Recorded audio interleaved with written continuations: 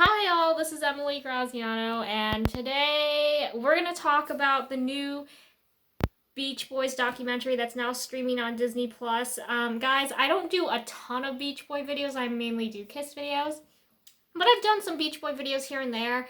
And I know when it comes to the Beach Boys, I'm just like another drop of water in the ocean, right? I'm a fan, but I don't know if I consider myself to be like one of their historians or anything. I've only been a fan since like 2003 or anything, but let me say that this documentary being advertised as definitive, I don't know if it lives up to that label or not, but I will say it does earn a lot of credit because take this into consideration that this documentary is going to probably be the last documentary that the living Beach Boys themselves participate in. If there's another Beach Boys documentary down the road, probably not going to involve the original members. That's when you're going to get like Carney and Wendy and Matt Jardine and Mike's any one of like Mike's kids, probably Haley and Christian, Amba maybe. You're gonna get Carl's son Justin or Dennis's sons to participate in it. It's not gonna be them themselves. It's gonna be their kids or their associates who are still alive that work with them. So for this to still have all the living Beach Boys in it with new interviews, that's very important. Let's just start off by saying Carl Wilson's interviews, 95% of them unseen. Like, I've never seen them before. I don't know where they've come from. I don't know who dug in the vaults or where how old they are. According to the way he looked, I want to say they're from the late 80s, early 90s, according to just his physical appearance. But I have no idea where they came from. And that was very cool, considering we got mainly unseen Carl Wilson interviews. Brian, I want to say that all of his interviews are archival, except at the very, very, very beginning when they introduce him as the oldest brother, and he says, "Yeah, I'm really proud of my brothers." That was the only new segment. All the rest of his are archival, and then Mike, Al, David, and Bruce, they all have new interviews. And there's a handful of old interviews from Mike that are like sprinkled in. Mike starts off by saying that this is a family story full of ups and downs. I totally believe that. And just touching on that, with Carl's interviews, like I said, with them being mainly 95% unseen, it makes me wish he were still here because he's the one who has the most balanced viewpoint of them all. But now wait, let me think about that. Al Jardine probably has the most balanced viewpoint of them all because he's the one who can kind of look at the family unit from the outside. But in terms of like everything that was happening, I'd say Carl was probably the guy you should ask, and it just made me wish Carl was still here. Al confirmed it, and Mike even backs this up in his 2016 book that Their Hearts Were Full of Spring, originally by the Four Freshmen, was the first song the Beach Boys ever sang before they even wrote their own song, which was very interesting. Carl admitted they all tried surfing and all of them were unsuccessful, but Dennis. Yes, Dennis was the real surfer. I don't even think I had to say that, but I guess I did. One thing that I really think was interesting is that Murray Wilson weaves in and out of this documentary. And I think after all these years of being a Beach Boys fan, so since like 2003, oh my god, it's been 19 years. Oh my god. Okay, I think, no, wait. Oh my god, no, it's been 21 years. Holy wow. Okay. Murray Wilson is the true hero and villain of the Beach Boys story. He's the one who helped get them off the ground. He's the one who was their first promoter. He's the one who went around to all the record companies trying to get them signed. He was the one, who said, boys, I'm going to be your first manager. So he got them off the ground, but then, of course, he became too controlling as the band started to find their feet, and he didn't work with them. He decided to work against them, and eventually he sold the Sea of Tunes publishing company. That I think we already all know. But I think this really cemented it for me, this documentary, that he is the true hero and villain of the story. He's both, and he can be both. They interview Audrey Wilson through all archival interviews. Some of them I've never seen before or heard before. That was very, very interesting. Guys, this documentary has interviews from other outsiders like Lindsey Buckingham, Janelle Monáe, Don Was. I think that's how you say his name. It's W-A-S. I think he pronounces it Was. Ryan Tedder from One Republic. And a couple of others. And honestly, well, that's, interesting to hear from some outsiders who are also fans. It kind of is just there to fill time. This documentary is only about 110 minutes, and I just got done mentioning this with a friend the other day, but Bon Jovi can have a 4-part documentary series with each episode being over an hour long. And the Beach Boys gets 110 minutes for over 60 years. That just doesn't make sense to me. Anyway, it is what it is. Like my one friend pointed out, it's all about licensing issues and the cost to license those old footage and old audio clips and video clips and all that stuff. The documentary clears up a timeline that a lot of fans tend to jumble up. Well, not hardcore fans, but like the general public. So the timeline is Brian quits touring and Al Jardine comes back after he left the band to go to dental school or college, whatever you want to call it. Then, because Al came back, Brian gets to go leave the tour. He gets to leave the tour. So at this point in 1963, Al and David Marks are still playing in the touring band. However, soon after, David quits, and that makes Brian have to come back on the touring cycle, until his 1964 breakdown on a plane, in which they get Glenn Campbell to replace Brian, and then eventually once Glenn Campbell makes it big with his own solo career, then Bruce joins, and Bruce was in the band from then on. Let's talk a little bit about Marilyn. It was great to see Marilyn interviewed. It was all new interviews with her. She's in the label, the text on the screen. She's not introduced as Brian's first wife. She's introduced as the former president of Brother Records. I found that interesting because I think the documentary wants you to kind of know something about the Beach Boys already, and that's kind of the problem with this. Well, we don't need to be spoon-fed information. The documentary assumes that you, the viewer, know a lot of background information already, and we'll touch on that more in a little bit.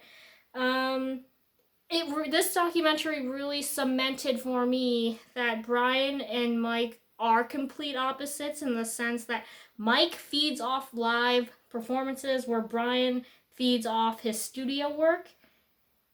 And that's not a bad thing. It's just that they do have that conflicting like yin and yang balance, which is why they made a successful duo in the first place. Not only are they family, but they really can balance each other out. This documentary showed a rare live performance of Please Let Me Wonder with Brian on lead. That was very, very cool. I don't think I've seen that clip before.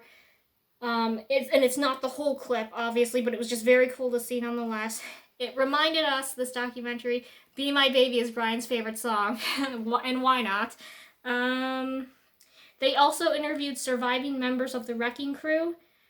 And here's something that I didn't know, is that the Beach Boys were in New Zealand when Beatlemania started taking over America.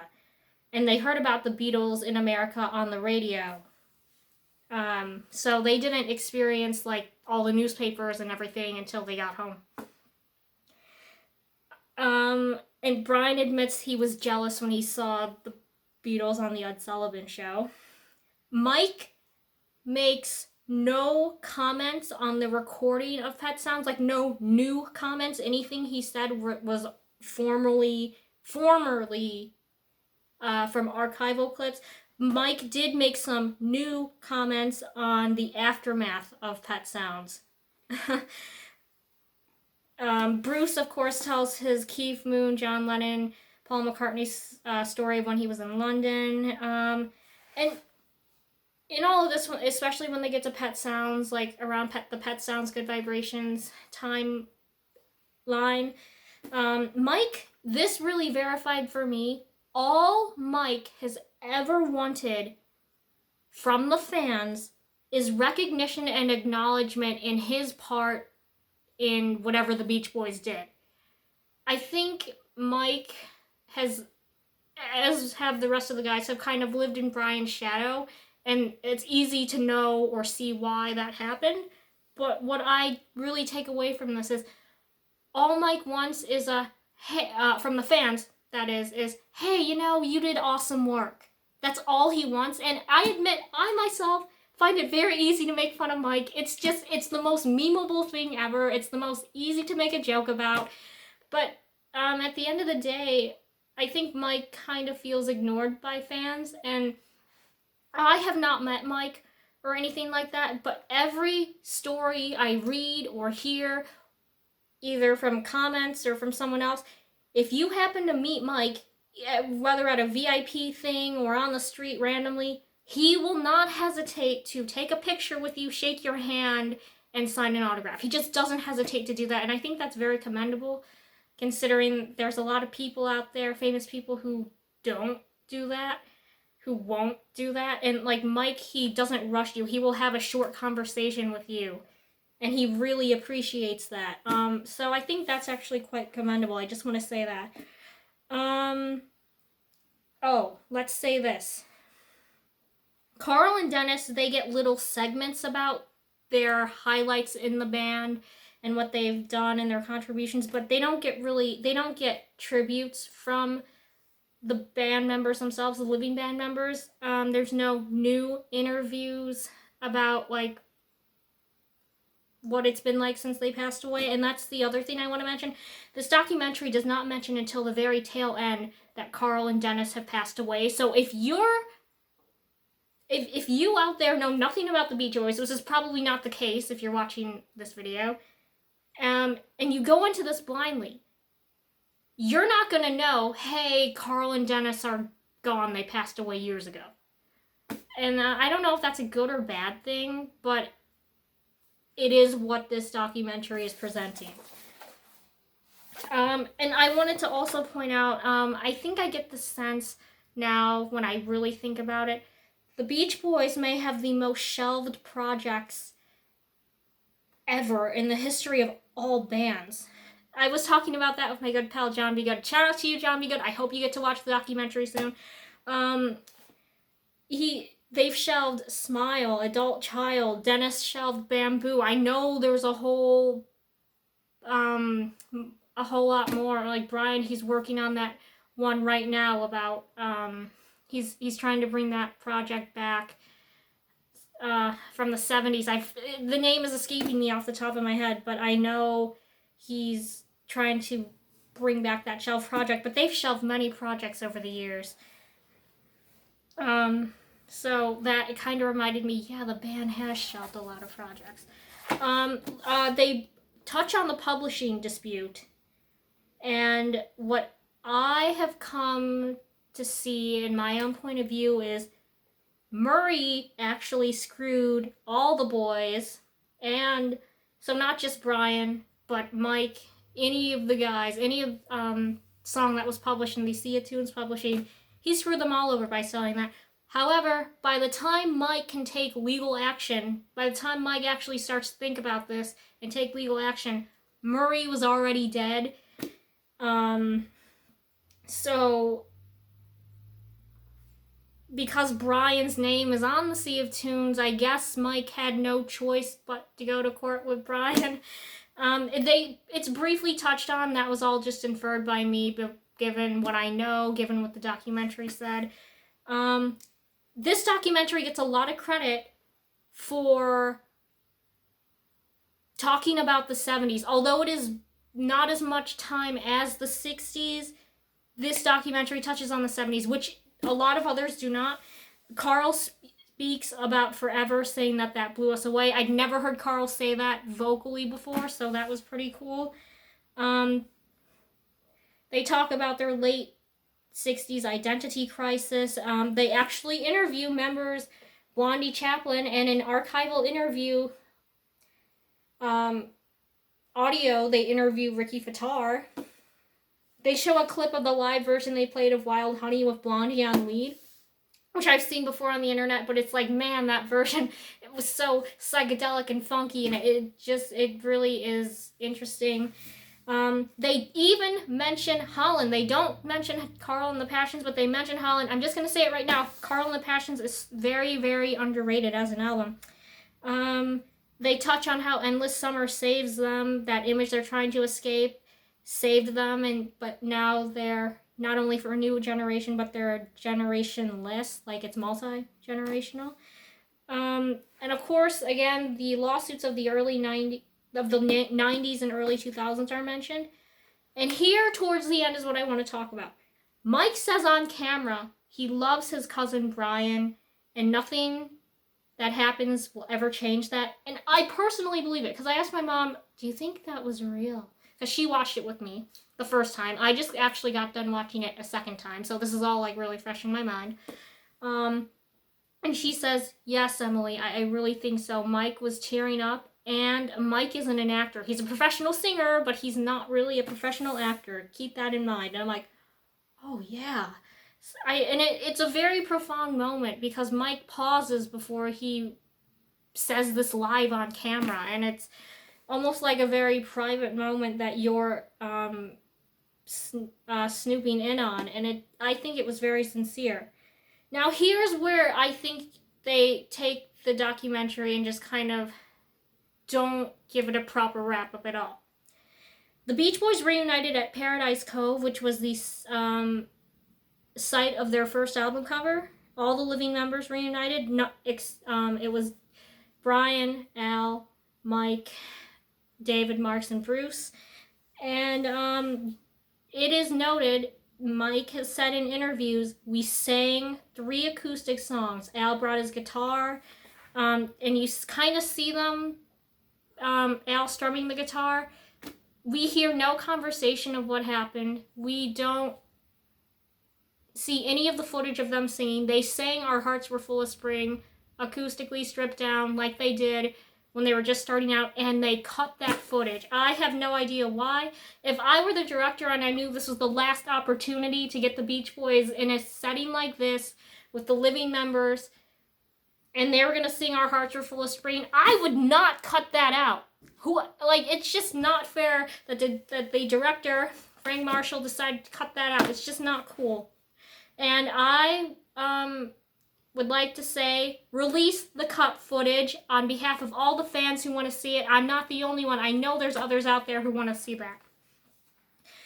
And then, while they're showing all this footage of them sitting and talking and playing guitar and everything, it's all no sound. It's kind of cut over with instrumental. And then all of a sudden the camera pans to the ocean, and it just says, in loving memory of Carl and Dennis Wilson. And then cut to the credits of the 1980 at the White House live version of Darling, which has always been a favorite of mine. I think Carl was perfect vocally. Dennis was just amazing, nailing it on drums. And the credits start to play, like wrapping up, like in between the performance and the montage, you see like now and then photos of each member of the group. And then the credits start rolling, and over the end credits, like the black screen with the credits scrolling up, it's Kokomo, which I laugh about because, yep, that's Mike getting in. Yeah, we can't talk about Kokomo in this documentary, but we're still gonna make sure the fans know it's one of our best songs. So I thought that was like, yep, that's Mike. That's Mike's influence right there. But it just kind of makes me laugh. Overall, the documentary is more of a brief timeline of events that is more in-depth covered in here. And both of the book and the documentary end in 1980, which spares the heartache of what happened with Dennis and Carl and again, more in-depth with the lawsuits. But at the same time, it's like, well, you're missing 40 years worth, 43 years worth of said story. So it is what it is. Do I think this is going to be a collector piece in the future? Yes. Do I think it should be released on disc? Yes. I mean, Disney did release the Get Back documentary on physical disc. Hopefully they put this on physical disc because it will be a collectible. This might be the last documentary, like I said, with all the guys who are living giving new interviews looking back on their past. So I think this is going to be a collectible piece. So I highly recommend this documentary, and I do think it's essential. Do I think it could have been done a little bit differently? Yes. But, you know, at this point, I don't think fans can afford to nitpick. Beggars can't be choosers. Remember that. But I think it's worth watching, definitely. Even if it's not exactly what you're expecting, watch it. I mean, it is different for the fact that they mention the 70s. Although it's brief, they mention their late 60s albums. And many documentaries do not. So I think that's a very important thing. I'm really glad that I got to watch this not only once, but twice now. And I'm just so glad that this came along and that we all got to watch it. And I hope if you haven't watched it that you get to watch it soon. And just, at the end of the day, the music is what's the most important element of this band. The music, the family, the happiness, the joy. So those are just my thoughts. I may have other thoughts that I forget to mention. And maybe I'll make a part 2 if there's enough comments, or if I think of a bunch of things that I haven't mentioned. So I want to say thank you for watching this video. I'm Emily Graziano. I hope you get to watch it if you haven't, and if you have, I hope you enjoyed it. Thank you for watching the video, and I'll see you in the next one. Bye-bye.